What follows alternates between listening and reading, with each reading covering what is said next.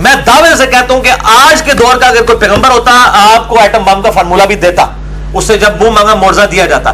Atom bomb سے بڑی چیز کر دے دی ہے اس نے. ایٹم بم تو فزیکل فینومینا آف نیچر کو آپ نے یوز کیا نا. ایٹم بم سے بڑی چیز یہ ہے کہ اونٹنی جو ہے وہ پہاڑ میں سے پیدا ہو. حضرت صالح علیہ السلام کو اللہ نے معجزہ دیا. ایٹم بم بنانے سے بڑی چیز ہے کہ انگلیوں میں سے پانی کے چشمے جاری ہوں. بخاری و مسلم حدیث ہے, آپ صلی اللہ علیہ وسلم کے انگلی سے جاری ہوئے. 1500 صحابہ نے وضو کیا, جانوروں کو پلایا, سٹور بھی کر لیا, تب بھی پانی زیادہ تھا اور ایک پیالے میں رکھنے سے. میں کہتا ہوں, میں نے پچھلی دفعہ بھی آپ کی گفتگو میں کہا تھا کہ نبی علیہ السلام کا کوئی ایک معجزہ بھی سائنس پروف کر کے نہیں بتا سکتی. سائنٹیفکلی معجزہ پروف ہو ہی نہیں سکتا, کبھی بھی نہیں ہو سکتا. جو سائنٹیفکلی سائنسدان کر کے دکھا دے وہ معجزہ ہی نہیں ہو سکتا. قیامت تک کوئی یہ کام نہیں کر کے دکھا سکے گا, ورنہ اللہ کے نبی کی نبوت سٹیک پہ لگ جائے گی, نعوذ باللہ. یہ ایسا ہوگا ہی نہیں. ایٹم بم E=mc² فارمولے کے تحت ایک فزیکل فینومینا آف نیچر ہے نا, اور اس کو یوز کیا گیا نا. اگر آج کے دور کا پیغمبر ہوتا تو یہ بھی کر کے بتا دیا جاتا. باقی اس میں ایک اور بھی ایڈریس کر دوں. اکثر لوگ کہتے ہیں جی یہ غیر مسلم کر رہے ہیں, مسلمانوں نے کیا کیا. ان ساری چیزوں کی بنیادیں مسلمانوں نے رکھی ہیں عباسیہ دور کے اندر. الجبرا جس کے اوپر پوری الیکٹرانکس چل رہی ہے, ٹھیک ہے, بولین الجبرا 0-1 اور ٹیگنومیٹری, یہ سب مسلمانوں نے کی جاتا. دوسرا میں ایک جملہ بولا کرتا ہوں, science is the common religion among all the humans on the face of earth. Science ایک مشترکہ مذہب ہے, دین کی بات نہیں ہو رہی, مشترکہ اسکول آف تھاٹ ہے تمام لوگوں کا. دیکھیں کرسچنس, ان کی کنٹریبیوشن ہے سائنس میں, ایتھیزم کے ماننے والوں کی کنٹریبیوشن ہے, یہودیوں کی ہے, مسلمانوں کی ہے. یہ کسی ایک کا تو مذہب ہی نہیں ہے. لہذا سائنس کو کیوں غیر مسلم کے اوپر تھوپ دیا جاتا ہے کہ وہ اون کریں یا صرف مسلمان اون کریں. یہ تو سب یہ فزیکل فینومینا آف نیچر ہے, یہ تو کوئی بھی کر سکتا ہے. اللہ تعالیٰ کسی کے ذریعے بھی ظاہر کر سکتا, جو ایفرٹ کرے گا اس کے اوپر اللہ تعالیٰ ظاہر کر دے گا. کچھ میڈیکل کے کوشچن آئے ہیں جی, یہ بہت زیادہ امپورٹنٹ ہے کیونکہ اس پر تو آپ کی میرے خیال سے کوئی ریسرچ ابھی تک انٹرنیٹ پہ اویلیبل بھی نہیں ہے. جی سب سے پہلے تو یہ بتائیں کہ بلڈ ڈونیشن کے بارے میں, کیونکہ یہ تو وہ چیز ہے نا اس کے بغیر تو بندہ مر جاتا ہے. لیکن میں نے سنا ہے کہ جو کٹر قسم کے جو بریلوی ہے نا, جو امام احمد رضا بریلوی صاحب کے جو پیروکار ہیں, وہ اس کو بھی غالباً حرام کہتے ہیں. بریلوی صاحب کے پیروکاروں کا مسئلہ یہ شروع سے ہی ہے. یہ آپ نے جو اینک پہنی ہوئی ہے نا شاہ جی, احمد بریلوی صاحب اسے یہود و نصارہ کی مشابہت کہتے ہیں. پتہ ہے آپ کو, یہ ان کا فتویٰ لکھا ہوا, مجھے نہیں پتا. اسپیکر کے مرتے دم تک مخالف رہے ہیں احمد بریلوی صاحب بھی اور شیخ اشرف علی تھانوی صاحب بھی. وہ کہتے ہیں شیطانی آواز ہے. آج جو بندی بریلوی مولوی بغیر اسپیکر کے سٹارٹ ہی نہیں ہوتے. این کے انہوں نے اتنے مہنگے مہنگے فریم ہے کہ آپ سوچ نہیں سکتے جو انہوں نے این کے لگائی ہوئی ہیں. یہ چین والی گھڑی کو احمد بریلوی صاحب کہتے تھے عورتوں کی مشابہت ہے. میں نے آج تک زندگی میں کبھی چین والی گھڑی نہیں پہنی, سادہ گھڑی پہنتا ہوں. میں اتنا فالوور ہوں احمد بریلوی صاحب کا. لیکن ان کے مولوی اتنی موٹی, وہ جناب مہنگی مہنگی گھڑیاں پہن کے اور یوں لشکارے مار رہے ہوتے ہیں, اور وہ بھی مریدوں سے ہتھیائی ہوتی ہیں, انہوں نے خود نہیں خریدی ہوئی ہوتی اتنی مہنگی مہنگی گھڑیاں. تو میں احمد بریلوی صاحب کا فالوور ہوں. یہ شروع میں مخالفت کرتے ہیں ان چیزوں کی, بعد میں آہستہ آہستہ اس سسٹم کا حصہ بن جاتے ہیں. نہیں, قرآن و حدیث میں یہ حرام ہے. جی جی میں آپ کو بتاؤں, قرآن و حدیث میں تو واضح اصول ہے سورۃ النحل کے اندر کہ اگر زندگی موت کی کشمکش بن جائے تم حرام بھی کھا سکتے ہو اور کلمہ کفر بھی کہہ سکتے. میرا مسئلہ نمبر 123 ریکارڈڈ ہے اس کے اوپر. یہ کہتے ہیں تو خون کے مالک ہو نہیں, جب آپ حرام کھا سکتے ہیں, کیٹیگوریکل 4 جگہ حرام ہوا ہے خنزیر کا گوشت, لیکن ساتھ ہی آ گیا کہ اگر اضطراری کیفیت ہو اور اس میں بغاوت نہ ہو تو تم خنزیر کا گوشت بھی کھا سکتے ہو. زندگی موت کی کشمکش. تو اب اپنے صدیوں سے چیز لرن کر لیا ہے کہ خون جو ہے اگر یہ نہ لگایا جائے تو بندے کی ڈیتھ ہو سکتی ہے ایکسیڈنٹ میں, اگر خون ضائع ہو جائے. ٹھیک ہے, آپ کو پتا ہے پہلے تو لوگوں کو یہ بلڈ گروپ جب نہیں انوینٹ ہوئے تھے, یعنی ڈسکور نہیں ہوئے تھے, تو جنگوں میں جب لوگوں کو خون لگایا جاتا تھا کئی لوگ مر جاتے تھے, کئی لوگ بچ جاتے تھے. کیونکہ اگر آپ کا B پازیٹیو ہے اور آپ کو A پازیٹیو لگا دیا جائے آپ کی ڈیتھ ہو جائے گی, کلاٹ بن جائیں گے. تو کسی اولیاء اللہ کو یہ کشف نہیں ہوا کہ یہ بلڈنگ گروپ بھی ہوتی ہے. اولیاء اللہ کے ساتھی جو ہے شہید ہو رہے تھے جہادوں کے اندر, یہ گورو نے آپ کو آگے بتایا نا کہ بلڈ گروپ ہوتے ہیں. کسی اولیاء اللہ نے تو دریافت نہیں کیا, یہ تو دل کا حال بھی جان لیتے تھے نا, تو یہ بتا دیتے ہیں کہ اتنے مسلمان جو شہید ہو رہے ہیں جنگوں میں خون ضائع ہونے سے تو بلڈ گروپ ہوتا ہے. کسی ولی نے نہیں دریافت کیتا. اس دور میں خون کہاں سے لگ رہا تھا؟ خون لگتا تھا, خون لگایا کرتا تھا جنگوں کے اندر, لگتا تھا خون, لوگوں کی ڈیتھ ہوتی تھی. اور اس سے ایک سٹیپ آگے آئی کہ کسی ولی نے تو نہیں دریافت کیا کہ بلڈ گروپ ہوتے ہیں. خون لا دینے کسی ولی نو, A پازیٹیو والے نو B پازیٹیو لا دینے, جان چھڑانے آن نا سامنے. یہ گورے نے آپ کو بتایا نا کہ گروپ ہوتے ہیں, اور پھر اب آپ گروپ میچ کرتا ہے تو پھر آپ بچ جاتے ہیں. تو یہ اضطراری کیفیت ہے. زندگی موت کی کشمکش ہو تو وہ تو قرآن نے کہا کلمہ کفر کہہ سکتے ہیں آپ, حرام کھا سکتے ہیں, لیکن بغاوت نہ ہو سبسسٹنس لیول کے اوپر. پھر آرگن ڈونیشن بھی آپ کے نزدیک جائز ہے؟ میں آرگن ڈونیشن کو بالکل جائز سمجھتا ہوں جی، کیٹاگوریکل، ہر قسم کی؟ جی ہر قسم کا؟ ہر قسم کی جو کہ انسانی بیسک نیڈ ہے، چاہے وہ آنکھوں کی ہو. یہ عیدی صاحب نے آنکھیں ڈونیٹ کی، کہتے ہیں جی دیکھو جی آنکھوں کا مالک نہیں ہے اللہ کے بندوں، وہ کوئی ڈھیلا نہیں ڈونیٹ ہو رہا ہوتا، صرف ایک لینز کاٹ کے نا چھوٹا سا وہ ڈونیٹ ہوتا ہے، ڈھیلا اندر ہی رہتا ہے، لینز چھوٹا سا ایک اوپر سے کاٹ کے تو ڈونیٹ کیا جاتا ہے. ایک اعتراض علماء کی طرف سے یہ ہوتا ہے، وہ کہتے ہیں جی کہ یہ جو آگے سائنس جس طرح ترقی کر رہی ہے نا، بعد میں پھر یہ ہوگا کہ بندہ مردہ جو ہوگا وہ کچھ بچے گا ہی نہیں، اس کو سارا ڈونیٹ ہی ہو جائے گا، وہ لانگ ٹرم میں. جب وہ چیزیں اس طرح کی ہوں گی اس وقت جو انجینئر صاحب ہوں گے ان سے آپ سوال کریں. اس وقت جو معاملات چل رہے ہیں نا یہ فرضی سوالات نہیں ہوتے، اس وقت پریکٹیکلی یہ چیزیں دیکھیں کہ جس کے اوپر برا وقت آتا ہے وہ یہ سارے کام کرواتا ہے. وینٹیلیٹر پہ بھی چڑھاتے ہیں یہ لوگ، ٹرانسپلانٹ بھی کراتے ہیں، ساری چیزیں کرتے ہیں یہ، اور ان کو اس وقت سارے فتوے جائز ہو جاتے ہیں. یہ چند ایک فنیٹکس ہیں، ادروائز باقی لوگ قائل ہیں. یہ کلوننگ جو ٹیسٹ ٹیوب بیبی وغیرہ یہ بھی جائز ہو جائے؟ کلوننگ بالکل الگ چیز ہے جی، انہوں علیحدہ کرو. ٹیسٹ ٹیوب بیبی میں بھی یہی ہوگا کہ اگر مرد اور عورت سیم ہے، ان کے وہ میاں بیوی اووری لی جائیں اور سپرمز لیے جائیں اور اسی کی بیوی کے ہی اس میں جو ہے وہ رحم کے اندر رکھ کے وہ سارا معاملہ کیا پھر ٹھیک ہے. اگر کوئی اور غیر مرد و عورت کسی بھی طرف سے انوالو ہو گئے جو آپس میں میاں بیوی نہیں ہے تو وہ پھر حرام ہوگا.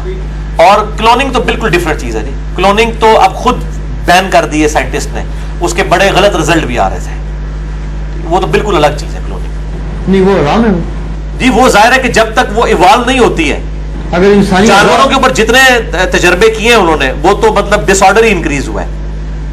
نہیں اگر وہ کہتے ہیں نا کہ بھی ایسا بھی دور آ سکتا ہے کہ جیسے آپ گاڑی کے اسپیئر پارٹ لیتے ہیں تو ٹھیک ہے اگر کسی دور کے اندر ڈس آرڈر کریٹ نہ ہو.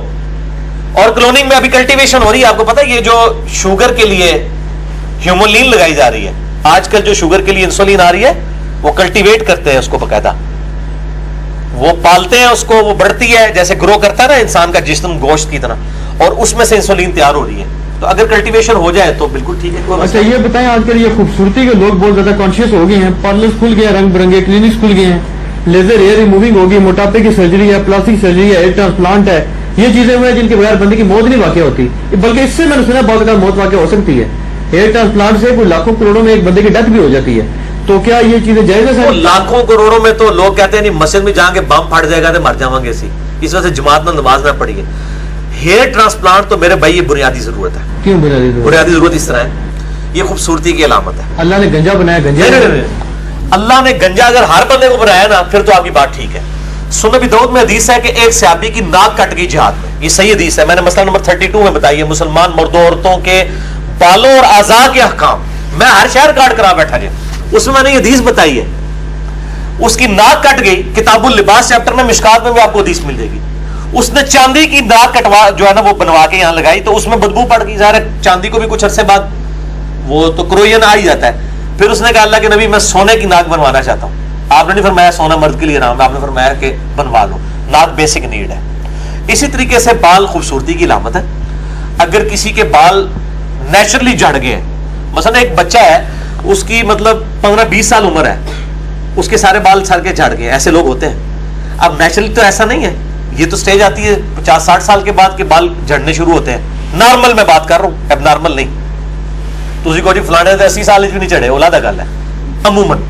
اب وہ بندہ خود اب نارمل ہو گیا نا، وہ اپنے آپ کو نارمل کروا سکتا ہے. اسی طریقے سے کالا کولا بھی لگا سکتا ہے جی، وہ بال بھی کالا کر سکتا ہے. ایک ایسا مرد میں نے صحیح بخاری سے ثابت کیا ہے کہ سیدنا حسین رضی اللہ تعالیٰ کے بارے میں جو حدیث آتی ہے کہ عبید اللہ ابن زیاد کے سامنے سر لا کے رکھا گیا. اسی حدیث میں یہ حضرت حسین والے چیپٹر میں صحیح بخاری میں امام حسین کو علیہ السلام لکھا ہے امام بخاری نے، تو اس میں کہ حسین علیہ السلام کا سر اور داڑھی کے بال کالے وسمے سے رنگے ہوئے تھے. مہندی سے وسمہ وہ بوٹی تھی، مہندی نہیں ہے، وسمہ جو بال کالے کرنے کے لیے استعمال ہوتی تھی، جیسا کہ مہندی جو ہے وہ سرخ کرنے کے لیے. تو حضرت حسین کی عمر 58 سال تھی اس وقت، اور عیسوی اعتبار سے 55 سال، تو 55 سال تک تو آپ داڑھی کالی کر سکتے ہیں، سر اور داڑھی کے بال، یہ جائز ہے. آگے کچھ متفرق سوالات تھوڑے سے رہ گئے ہیں جی جلدی کریں ساری. اچھا ایک تو سوال یہ ہے جی جو کہ بہت زیادہ اٹھایا جاتا ہے کہ قرآن میں بالکل کلیئر ہے کہ بیوی پہ آپ تشدد کر سکتے ہیں. شاہ جی یہ سوال آپ نے زیادتی کی ہے نا، آپ نے اپنے مطلب کے سوال پہلے کر لیے ہیں اور جو علمی سوال تھے جو عوام کی ضرورت ہے وہ آپ نے اینڈ پہ کیے ہیں. یہ بڑا ظلم کیا نا آپ نے. قرآن میں صرف یہ ہے کہ بے حیائی پہ اگر کوئی بیوی اتر آئے اس پہ تشدد ہو سکتا ہے. اس میں بھی احادیث میں ڈیٹیل آئی ہے کہ ایسا نہیں مار سکتے کہ اس کے جسم کے اوپر نشان پڑے, اور تھوڑا بہت مار سکتے ہیں. اور اگر کسی کا خاوند بے حیائی پہ اترا ہے تو وہ بیوی بھی اس کو مار سکتی ہے. بالکل مارے. دے رہے ہیں فتوا کا دے رہے ہیں, فتوے کے بغیر بھی مارتی ہیں.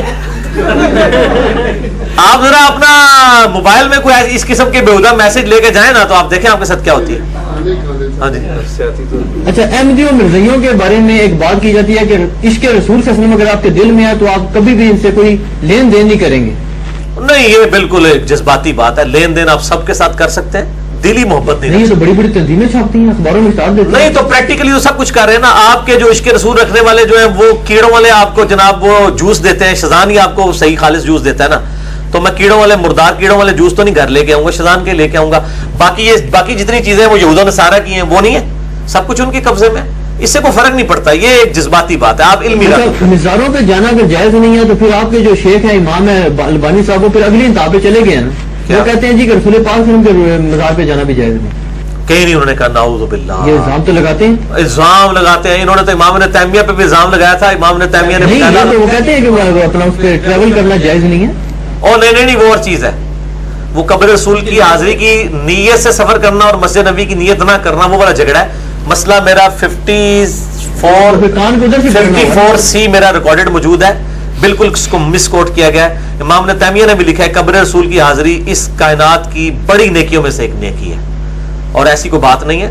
وہ جھگڑا کوئی اور ہے, وہ دقیق ایک جھگڑا ہے. اس کا کوئی حوالہ تو بتا دیں. ہاں میں نے دے دیا کہ قبر رسول کی حاضری سے متعلق امام نے تیمیہ اور امام علی السبکی دونوں کا میں نے رد کیا مسئلہ 54C میں. اچھا اب اس پہ بتائیں جی, جو آپ کے جو دو استاد ہیں مفتی اسحاق صاحب جن سے آپ بہت کچھ سیکھے آپ نے. میرے 200 استاد نے, اور مفتی اکمل بھی استاد, تام قادری بھی استاد, اور لیاس قادری صاحب بھی استاد. جو غامدی صاحب ہے وہ بھی کہتے ہیں کہ جی نیل پالش میں وضو ہو جاتا ہے, اور قاری نیم ڈال نے پھکی بھی دے دی آپ کو. ہاں آپ کو کیا دے دی ہے, سب کو دے دی ہے.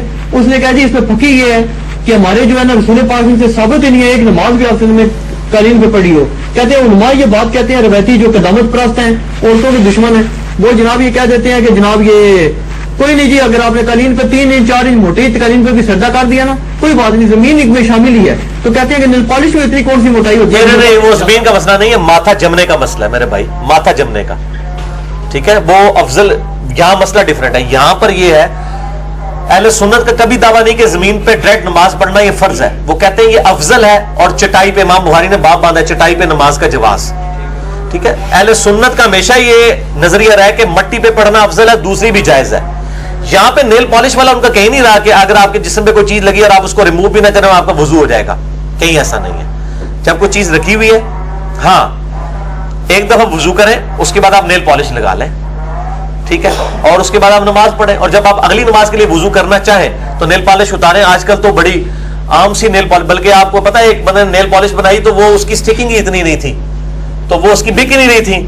تو اس کو کسی نے مشورہ دیا کہ مسلمان ادھر لکھو گے یہ جناب مسلمانوں کے لیے جو عورتیں نماز پڑھنے والی ہیں ان کے لیے نیل پالش ہے, ہاتھ سے بھی اتر جائے گی. مفتی صاحب صاحب نے پھکی بھی دی تھی, وہ کہتے تھے حضرت عائشہ کے سامنے ایسا مسئلہ بنا, انہوں نے کہا کہ عورتوں کو آپ یہ مشورہ نہیں دیتے کہ ٹنڈے ہی کرا لیں. اور وہ اور مسئلہ تھا, وہ اور میں بتاتا ہوں, وہ مسلم شریف میں حدیث ہے. عبداللہ بن عمر کہتے تھے کہ جو عورت جنبی ہوگی وہ بھی اپنی چٹیاں کھول کے غسل کرے گی, جبکہ صحیح حدیث میں مسئلہ یہ ہے. صحیح مسلم میں حضرت عائشہ کہتی ہیں کہ نبی علیہ السلام حیض والی عورت کا غسل چٹیاں کھول کے حکم دیتے تھے, اور جنبی کا کہتے تھے چٹیاں سمیت ہی کر لیں. عبداللہ بن عمر کہتے تھے کہ جنبی عورت بھی چٹیاں کھول کے غسل کرے گی. اس پہ حضرت عائشہ نے کہا تھا عبداللہ بن عمر کے ٹنڈ کرانے کا کیوں نہیں کہہ دیتا, پوری گل لیا کرو, ادھی گل نہ رہو. اسحاق صاحب نے دعویٰ دی. اسحاق صاحب تو دلیل نہیں ہے نا, اتنے تو انجینئر صاحب بیٹھے رہے نا, انجینئر صاحب پورا کانٹیکٹ دس دے رہے. ٹھیک ہے نا جی, ٹھیک. اچھا, بے نمازی کو قتل کرنے کا تقریباً سارے امام کہتے ہیں, کیا یہ کھلی انتہا پسندی نہیں ہے؟ نہیں جی, ہم تو اس کے قائل نہیں ہیں. نہیں تو یہ امام تو سارے تقریباً اسی کے قائل. ہاں اماموں کے فتوے ہیں نا, جو نہیں وہ بھی کہتے ہیں جیل میں ڈال دو, قتل تو ہو گیا جیل تک. ٹھیک ہے کہ اسلامی حکومت قائم ہو تو آپ جیل میں ضرور ڈالیں, قتل والا مسئلہ نہیں. جیل میں ڈالنے تو پاکستان تو ختم ہو گیا نا پھر. پاکستان ختم نہیں ہوگا انشاءاللہ تعالی. جب جیل میں ڈلیں گے تو یہ جیل میں کئی لوگ گئے ہیں وہ حافظ قرآن ہو کے باہر نکلے ہیں, داڑیاں رکھ کے باہر نکلے ہیں. میں بولتا ہوں کتنے قتل کے جو ہے وہ قیدی ملے ہیں, اور جب دوسرے قیدی ان کے پاس گئے وہ کہتے ہیں بچہ کوئی تانوں گال دے نا پاوے لتر بھی مارے تواڈے ماں پیو نوں بھی پون دے, ਖੁਦਾ ਦਾ ਮੈਂ ਉਹਨੂੰ ਗੋਲੀ ਮਾਰ ਕੇ ਕਤਲ ਨਾ ਕਰਨਾ, ਉਸ ਤੋਂ ਬਾਅਦ ਜਿਹੜੀ ਅਜ਼ੀਅਤ ਹੈ ਨਾ,